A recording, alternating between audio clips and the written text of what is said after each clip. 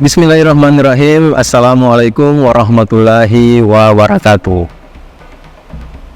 Alhamdulillahirrabbilalamin. Allahumma salli ala Sayyidina Muhammadin wa ala alihi wa sahbihi wa salim ajmain.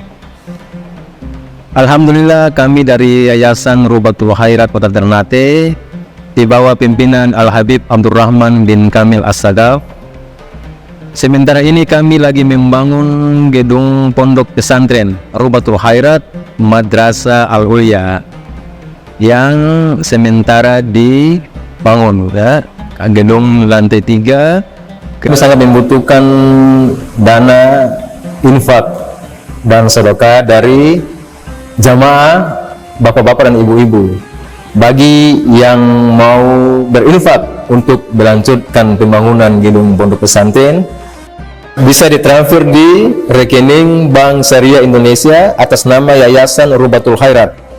Nomor rekening 723563956. Terima kasih.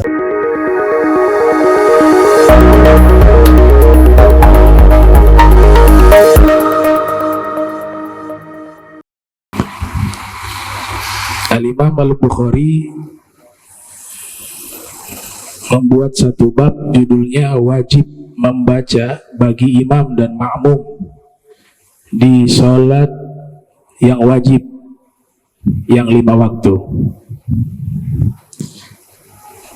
Jadi imam wajib membaca surat Fatihah, makmum juga wajib membaca surat Fatihah, itu wajib.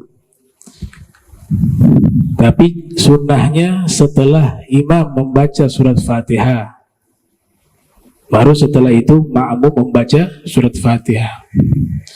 Hukumnya makruh jika imam membaca Fatihah kemudian makmum ikut baca Fatihah bersamaan, itu makruh.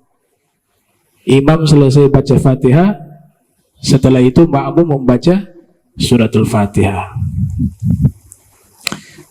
Hadis yang ke-434 dari Jabir bin Samrata radhiyallahu anhu, beliau berkata,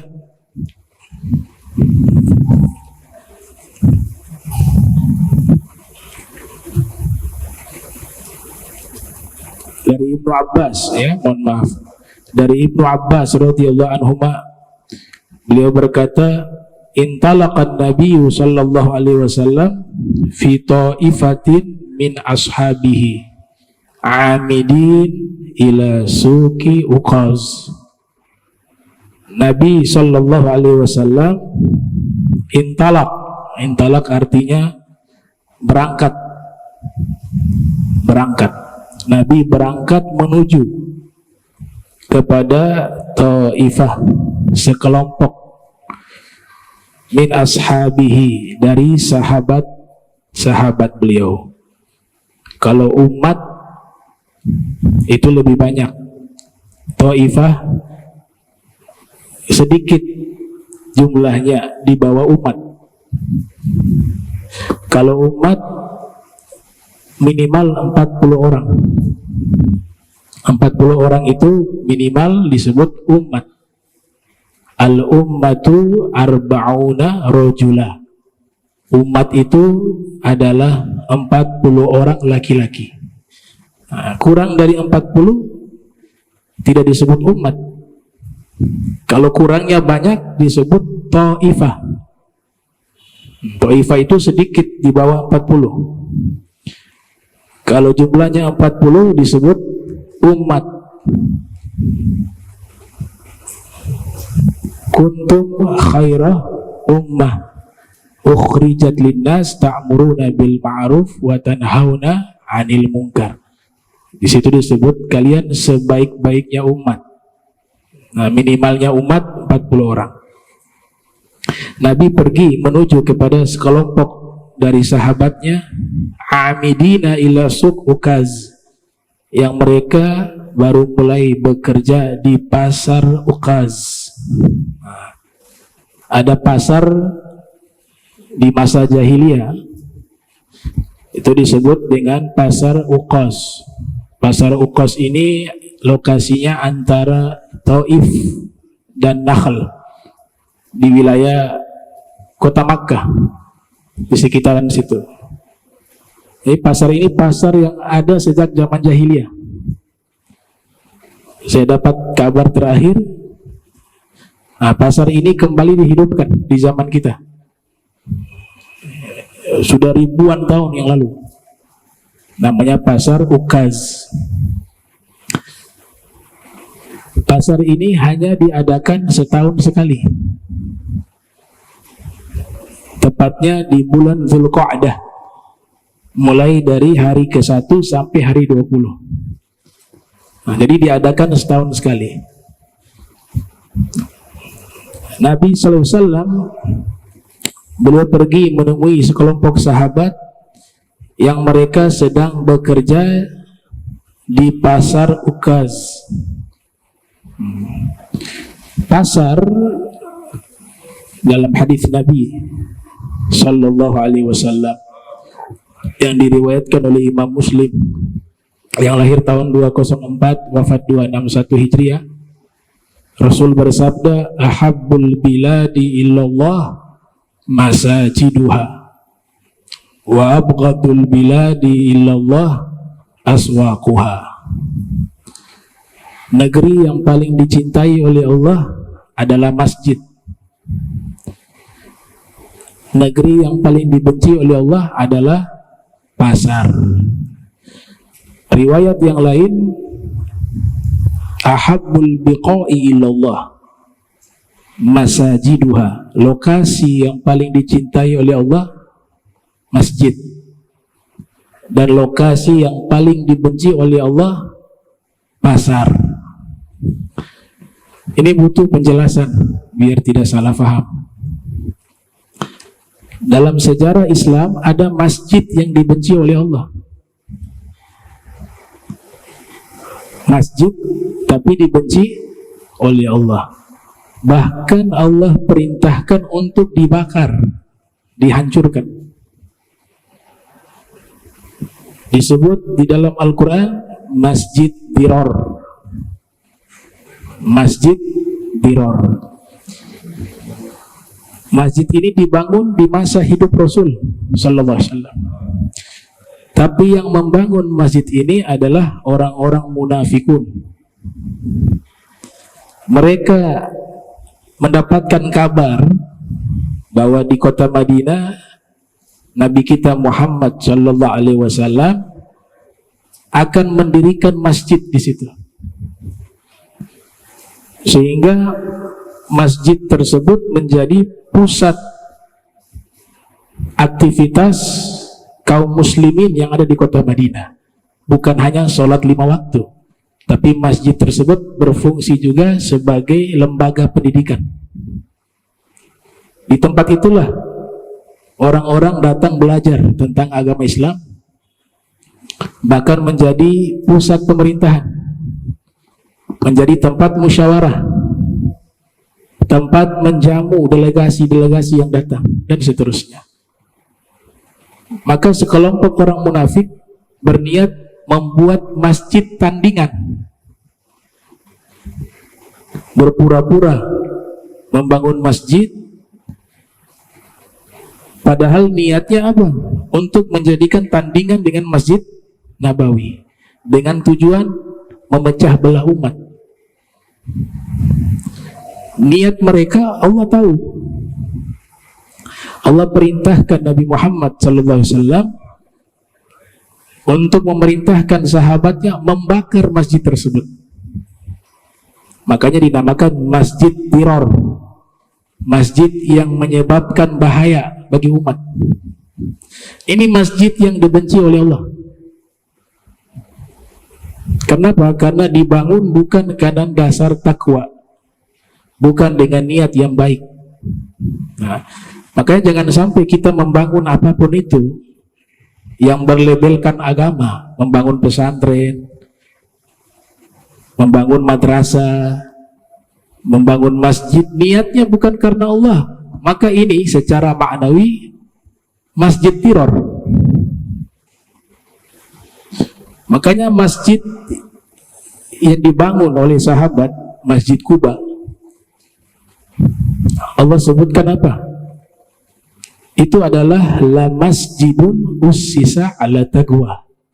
Itu adalah masjid yang dibangun dengan dasar takwa. Nah, masjid inilah tempat yang dicintai oleh Allah.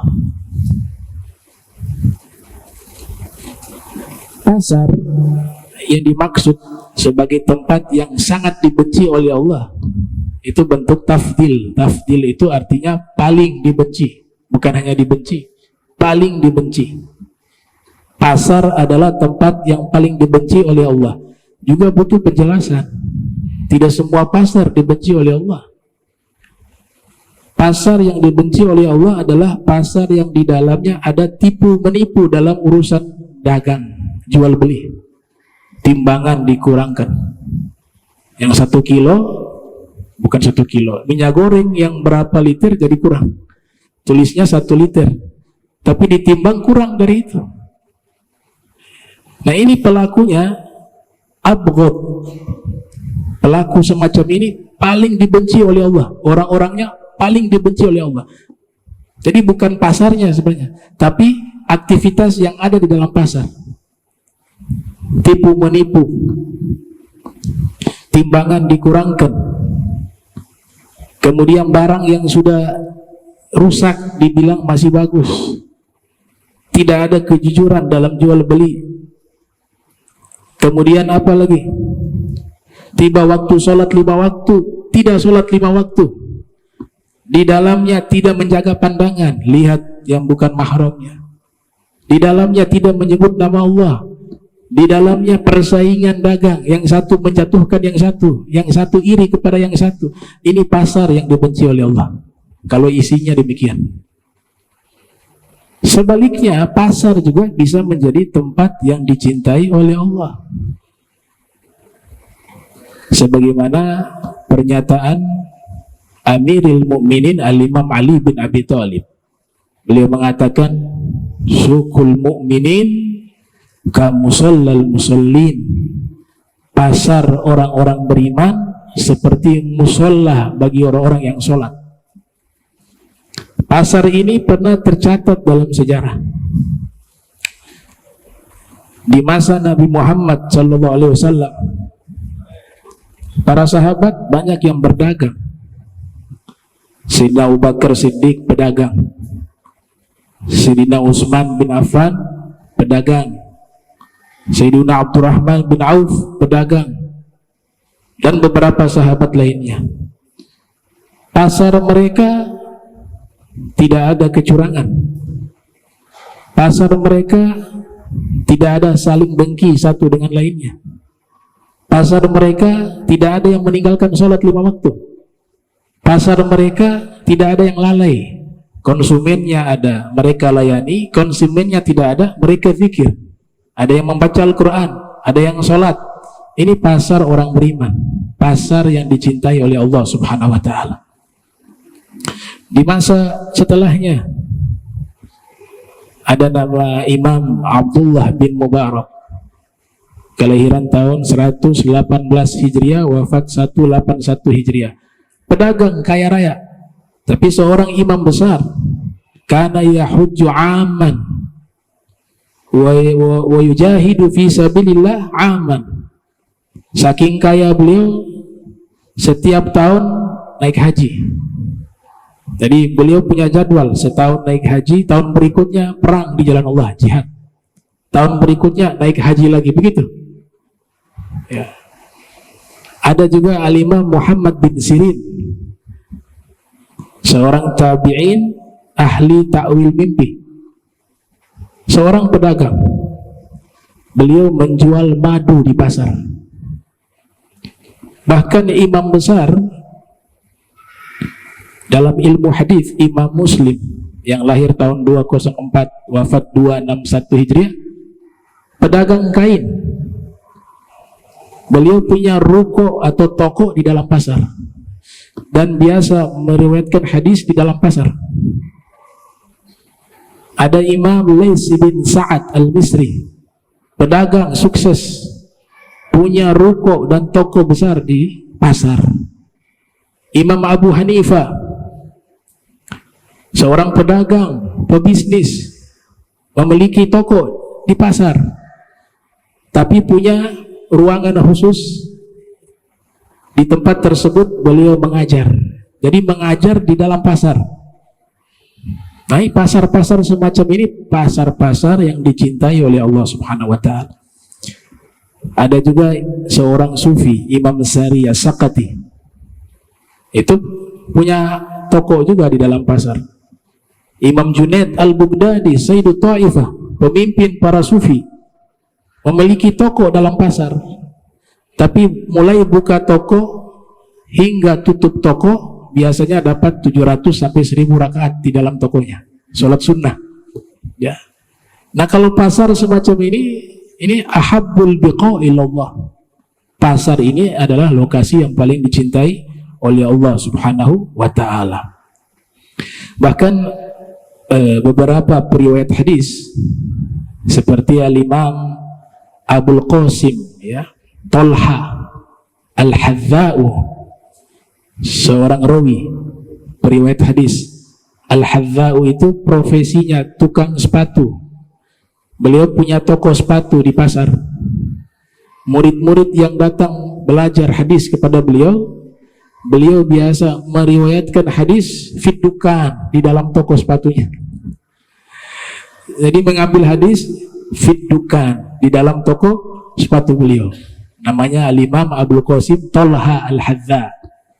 Ada juga namanya Al-Imam Abul Hasan Najah Al-Attar. Al-Attar itu artinya tukang minyak wangi. Beliau memiliki toko minyak wangi di tengah-tengah pasar. Murid-murid yang mengambil hadis dari beliau riwayatkan di dalam toko minyak wanginya. Nah, ini semuanya dalam pasar, bukan hanya tempat jual beli, tapi juga tempat menuntut ilmu, tempat ibadah, tempat zikir, tempat untuk melakukan kebaikan. Maka pasar-pasar semacam ini pasar yang dicintai oleh Allah Subhanahu wa taala.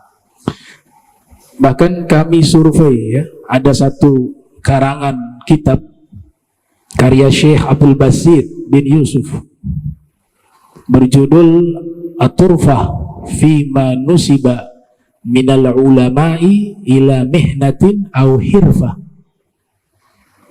Beliau simpulkan sekitar 15.000 ulama yang mereka ulama juga punya profesi. Ada yang pedagang, ada yang dokter, ada yang penjual obat, ada yang penjual minyak wangi, dan profesi-profesi lainnya. Kurang lebih ada 15.000 ulama. Dan ditulis kitab khusus oleh Syekh Al-Harawi berjudul As-Sunna' Minal Fuqaha Wal Muhaddithin. Kitab tersebut membahas para ahli fikih dan ahli hadis yang mereka juga bekerja, memiliki profesi sampingan sebagai pedagang, pebisnis, dan seterusnya. Wa qad hila baina syayatin wa baina khabaris sama. Dan sungguh syaitan itu sudah dihalangi di antaranya dengan berita langit. Wa ursilat alaihim asyuhub faraja'at asyayatinu ila qaumihim faqalu ma lakum faqalu hila bainana wa baina khabaris sama wa ursilat alaina asyuhub qalu ma hala bainakum wa baina khabaris samai illa syai'un hadatha fatribu masyarikal ardi wa magharibiha fanzuru ma hadha alladhi hala bainakum wa baina khabaris sama. Kemudian Nabi lanjutkan sabda beliau, dan sungguh telah dihalangi antara syaitan-syaitan dan berita langit, dan dikirimkan kepada mereka panah-panah api, lalu mereka kembali kepada kaum mereka, lalu mereka berkata, kenapa kalian? Maka mereka menjawab, telah dihalangi di antara kita dan di antara berita langit. dan dikirimkan atau ditembakkan kepada kami panah-panah api. Lalu mereka berkata, apa yang menghalangi di antara kalian dan di antara berita langit tersebut? Tidaklah sesuatu tersebut kecuali pasti ada sebabnya. Maka berangkatlah ke timur bumi dan baratnya untuk mencari tahu apa sebab yang menghalangi kami, yaitu para syaitan dari bangsa jin, dari terhalanginya mereka untuk bisa mendengar berita langit. Ini menunjukkan bahwa sebelum Nabi SAW ada yang mengatakan telah dilahirkan.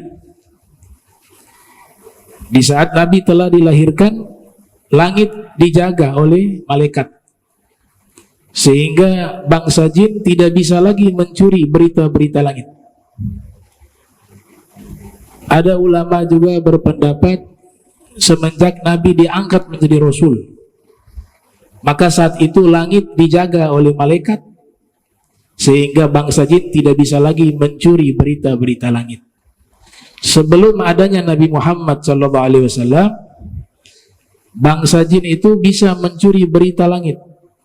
Berita langit ini masalah masa depan, ya. Itu di zaman dulu masih bisa kemungkinan mereka mencuri berita itu. Tapi setelah Nabi ada, maka sudah dihalangi. Dan itu berdasarkan firman di dalam Al-Quran di surat Jin, ya. Wa anna lamasna as-samaa fawajadnaha muliat harasan syadida wa syuhuba. Kami saat ini kalau mencuri berita langit, kami dapati langit itu dipenuhi oleh penjaga-penjaga yang kuat. Penjaga-penjaga yang kuat itu adalah malaikat. Wa syuhuba, dan juga ada panah-panah api. Ada panah-panah api. Lanjutannya bangsa jin mengatakan, wa anna kunna naq'udu minha maqa'id li sam'i faman yastamil an yajid lahu syuhuban rosada. Syuhuban rosada. Dulu wa kunna naq'udu minha, kami nih bangsa jin bisa duduk di langit, kata bangsa jin, li sam'i, untuk kami mendengar berita-berita langit. Berita-berita langit. Akan tetapi siapa yang mendengar saat ini, al-an, dia akan dapati langit itu ada panah-panah api yang menghalangi mereka untuk bisa mendengar berita langit. Jadi sekarang ini jin juga tidak tahu tentang masa depan, tidak tahu tentang berita-berita gaib, karena berita langit sudah ditutup dengan adanya malaikat-malaikat yang bertugas menjaga jangan sampai bangsa jin itu mencuri berita langit. Nah, sehingga dikatakan bahwa peramal atau dukun, mereka juga tidak bisa mengetahui sesuatu yang terjadi di masa depan. Kalaupun berkongsi dengan bangsa jin pula tidak tahu tentang berita masa depan atau berita-berita langit. Dan ini harus kita yakini karena sudah termaktub di dalam Al-Quran di surat Jin, ya. Dan itu pengakuan bangsa jin. Wa anna kunna naq'udu minha maqa'id li sam'i faman yastamil an yajid lahu syihaban rosada.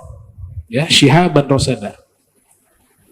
Kami dulu bisa mencuri berita langit, tapi sekarang siapa yang mendengar berita langit, maka dia dapati langit itu ada penjaga dan ada panah-panah api yang akan menghalangi mereka. Gitu. Nah, biasanya manusia kongsi dengan bangsa jin.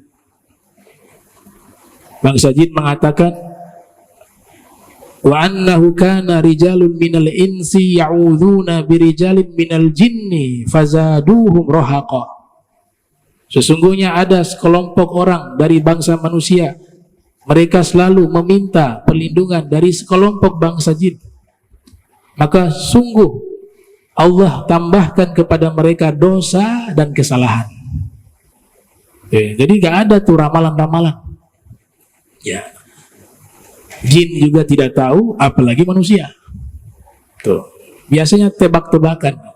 Tebak-tebakan ada. Ramalan nggak ada.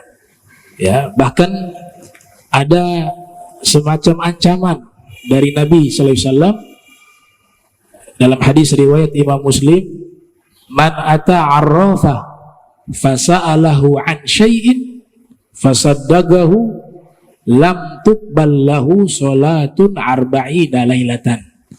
Siapa yang mendatangi seorang peramal, arrafa itu peramal, lalu dia bertanya sesuatu kepada peramal, lalu dia benarkan apa yang dikatakan oleh peramal tersebut, maka sholatnya tidak diterima selama 40 malam. Di riwayat yang lain, Nabi bersabda tanpa ada kata fasaddaqahu. Tanpa ada kata fasaddaqahu. Fasaddaqahu itu dia percaya. Tapi di riwayat yang lain, man ata arrafa fasa'alahu an syai'in lam tuqbal lahu sholatun arba'ina lailatan. Siapa yang mendatangi seorang peramal lalu sekedar bertanya, sholatnya 40 malam tidak diterima oleh Allah. Yang riwayat kedua ini maksudnya apa? Walaupun dia tidak percaya, tapi dia sudah datang, itu sholatnya 40 hari tidak diterima oleh Allah. Apalagi dia percaya. Di riwayat Musnad, Nabi sallallahu alaihi wasallam bersabda, man ata kahinan au arrafa.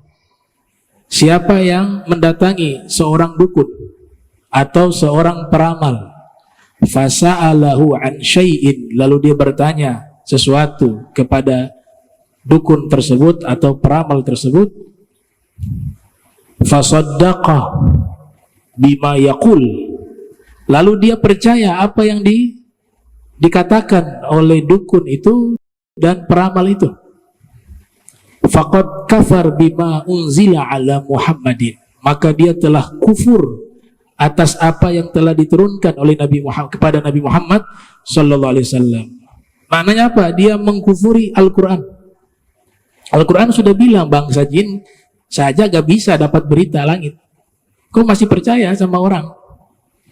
Nah, orang-orang yang dapat berita juga kongsi dengan bangsa jin. Maka Nabi katakan kalau kita percaya dengan omongan seorang dukun ataupun peramal, maka faqad kafara bima unzila ala Muhammadin. Dia telah kufur dengan apa-apa yang telah diturunkan kepada Nabi Muhammad. Yang dimaksud adalah Al-Quran. Atau bisa juga ajaran Nabi Muhammad sallallahu alaihi wasallam. Jadi bangsa jin ini diceritakan oleh Nabi. Hadis riwayat Al-Imam Bukhari, bahwa bangsa jin bingung, kok saat ini berita langit gak bisa lagi kita ambil, ada penjaganya yang menjaga langit. Maka mereka mengatakan, coba cari tahu ini penyebabnya apa ini. Pergi ke timur dan barat, berangkat bangsa jin. Mereka pergi ke timur bumi sampai ke barat bumi. Lihatlah apa yang sebenarnya yang menghalangi diri kalian dan berita langit ini. Fansarafa ulaika alladziina tawajjahu nahwa Tihama ila Nabi sallallahu alaihi wasallam. Maka akhirnya bangsa jin sampai ke Tihama. Ya, wilayah kota Makkah. Ini jumlahnya banyak nih bangsa jin. Lalu di sanalah mereka bertemu Nabi Muhammad sallallahu alaihi wasallam. Wa huwa binakhlah amidin ila suki Ukadh. Nabi waktu itu berada di satu pohon korma, nakhlah. Dan sahabat-sahabat sedang sibuk dalam kerjanya di pasar Ukadh. Kemudian Nabi sholat berjamaah dengan sahabat-sahabatnya al-fajar, sholat subuh pada waktu itu. Ketika Nabi sholat subuh dengan sahabat-sahabatnya, bangsa jin ini datang. Mereka mendengarkan bacaannya Nabi Muhammad SAW. Falamma sami'u al-Qur'ana istama'u lahu. Tatkala mereka mendengar Al-Quran, mereka mendengar dengan serius Al-Quran yang dibacakan oleh Nabi Muhammad sallallahu alaihi wasallam. Lalu setelah itu mereka mengatakan, hadza wallahi alladhi hala bainakum wa baina khabaris sama. Demi Allah, inilah orang yang menyebabkan kami bangsa jin terhalang mendapatkan berita langit. Nah, jadi mereka tahu ini sebabnya ini karena adanya Nabi Muhammad sallallahu alaihi wasallam. Fahunalika hina raja'u ila qaumihim, maka saat itu juga di sana mereka pun kembali menemui kaum mereka, kaum dari bangsa jin. Wa qalu ya qaumana inna sami'na qur'ana ajaba yahdi ilal rusdi fa amanna bihi wa lan nusyrika bi rabbina ahada. Mereka mengatakan, sesungguhnya kami telah mendengar bacaan Al-Quran yang luar biasa, yang membawa petunjuk atau membimbing kami kepada petunjuk, maka kami beriman dengannya dan kami tidak akan menyekutukan pencipta kami dengan sesuatu apapun. Itu pernyataan bangsa jin ketika mendengar Nabi Muhammad SAW membaca Al-Quran. Mereka mendengarnya. Nah, surat jin ini turun saat itu juga. Dalam satu riwayat dalam kitab Asbabun Nuzul, ya, karangan Al-Wahidi Naisabur, juga Lubabun Nukul fi Asbabin Nuzul karya Al-Imam Suyuti yang lahir tahun 849 Hijriah, wafat 911 Hijriah. Datang bangsa jin menemui Nabi. Kemudian turunlah surat jin di tempat tersebut.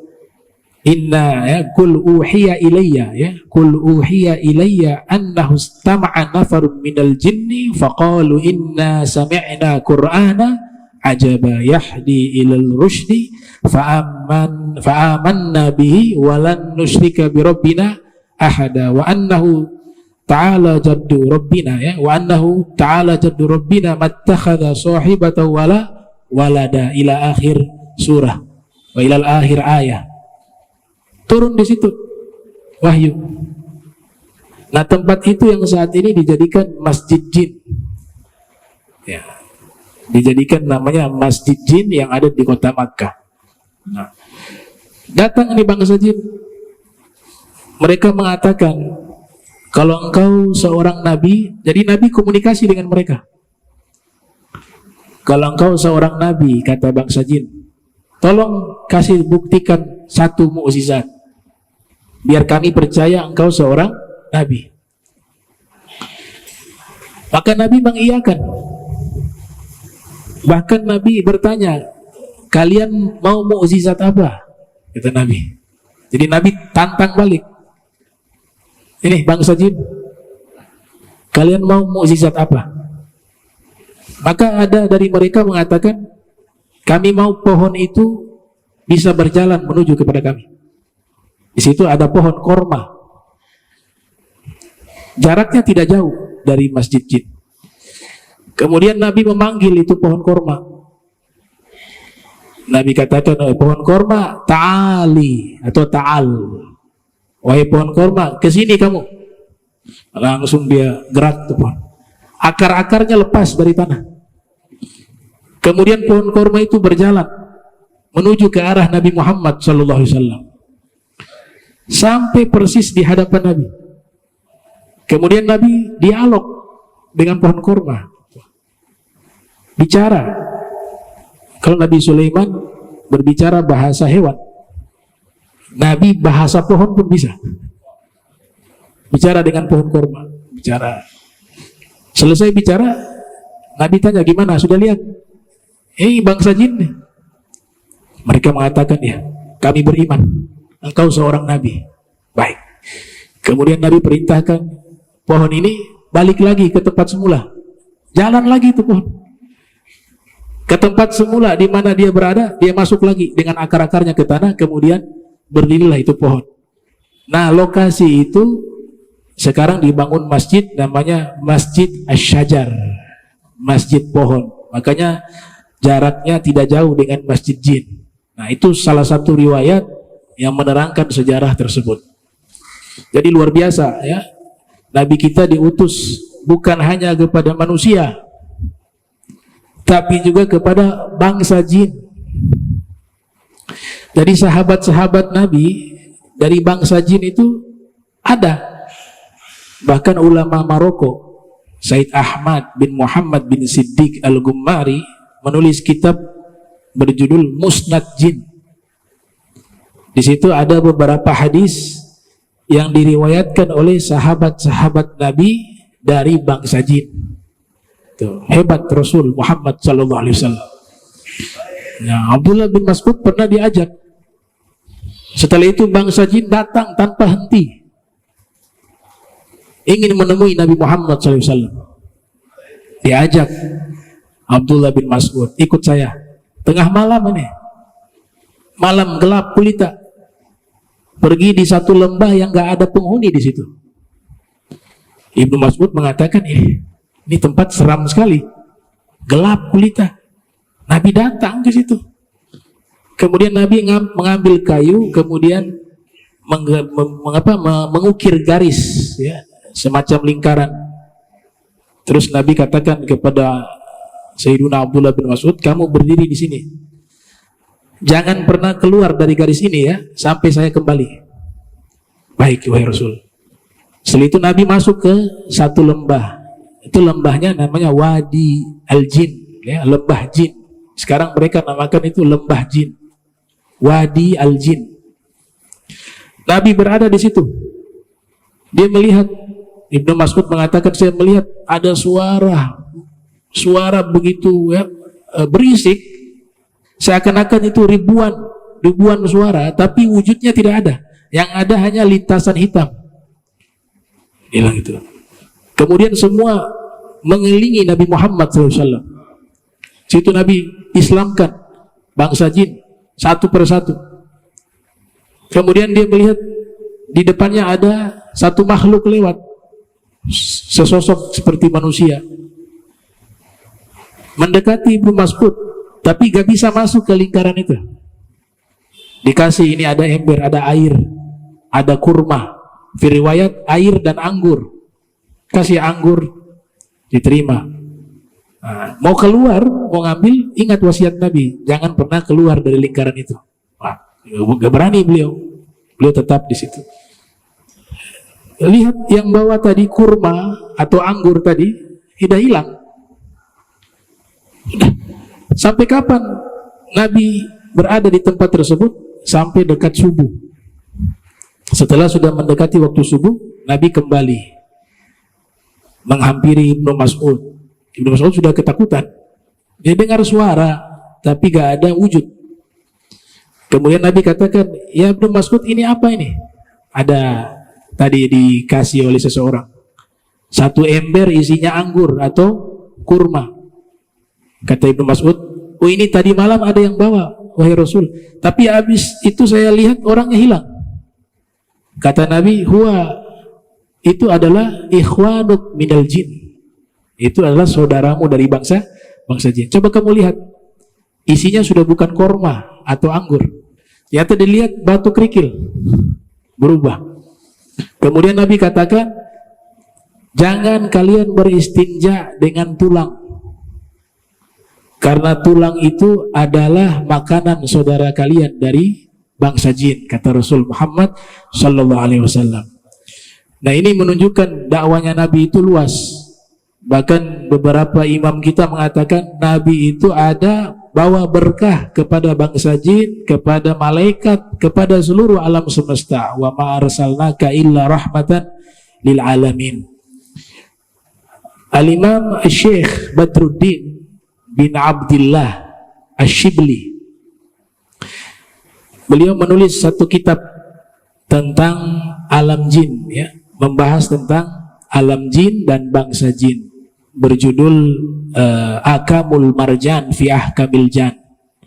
Kemudian disyarahi oleh Imam Suyuti berjudul Luqat, ya, Luqatul Marjan fi Ahkamil Jan, yang membahas tentang masalah-masalah jin. Nah, kitab ini bisa jadi rujukan untuk kita lebih paham siapa sih mereka bangsa jin, sejarahnya seperti apa, hukumnya bagaimana, dan seterusnya dibahas dalam kitab-kitab tersebut. Baik. Mu'tazilah, kelompok Mu'tazilah mengingkari adanya bangsa jin. Jadi jin itu manusia.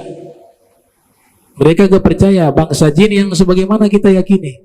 Kalau kita ahli sunnah wal jamaah meyakini bahwa ada makhluk selain manusia yang memang tidak terlihat oleh mata, tapi keberadaannya ada. Makhluk itu dinamakan bangsa jin. Ya, disebutkan oleh para ulama bantahan-bantahan tersebut. Ya, kalau dapat satu informasi bahwa jin itu tidak ada, itu adalah pemahaman teologi dari kelompok Mu'tazilah yang memang mereka mengingkari adanya bangsa jin. Kemudian ketika bangsa jin mendengar bacaan Al-Quran Nabi Muhammad sallallahu alaihi wasallam,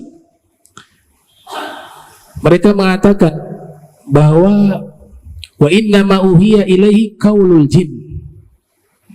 Sesungguhnya diwahyukan kepadanya qaulul jin, ucapan bangsa jin. Jadi ketika bangsa jin itu bertemu dengan Nabi Muhammad SAW, kan mereka mendengar Nabi sedang membaca Al-Quran.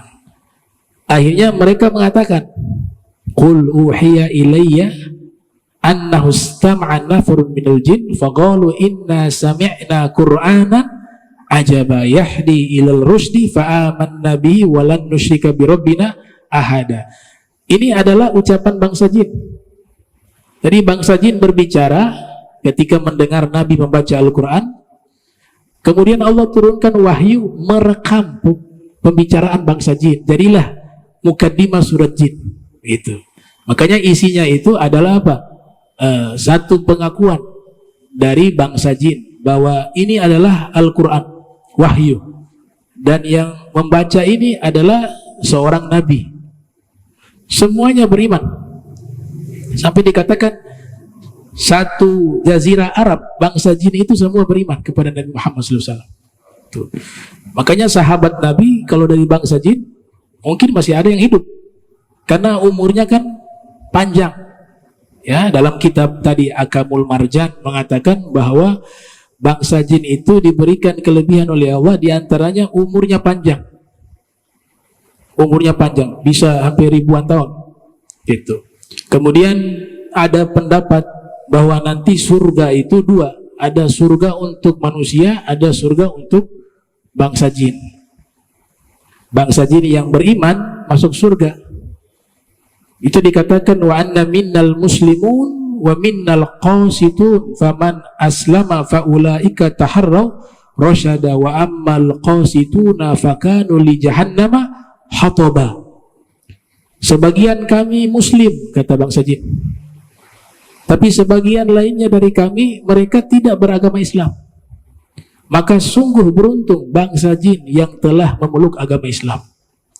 Adapun yang tidak memeluk agama Islam, maka tempatnya adalah mereka dijadikan kayu bakar api neraka.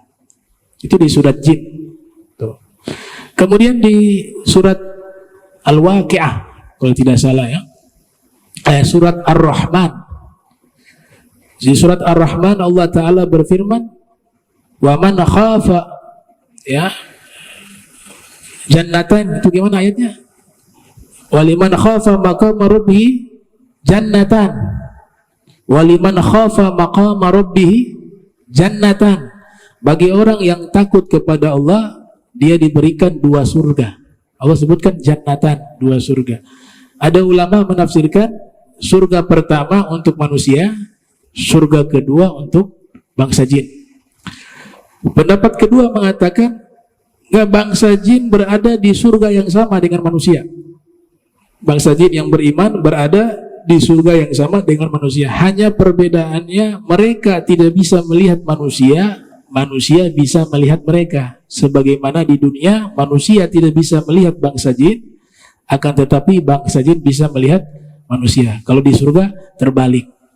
Nah, jadi ini menunjukkan bahwasanya Rasulullah Shallallahu Alaihi Wasallam adalah nabi yang diutus oleh Allah kepada seluruh makhluk tanpa terkecuali, baik dari manusia, malaikat, bangsa jin, bahkan kepada benda-benda yang ada di alam semesta ini.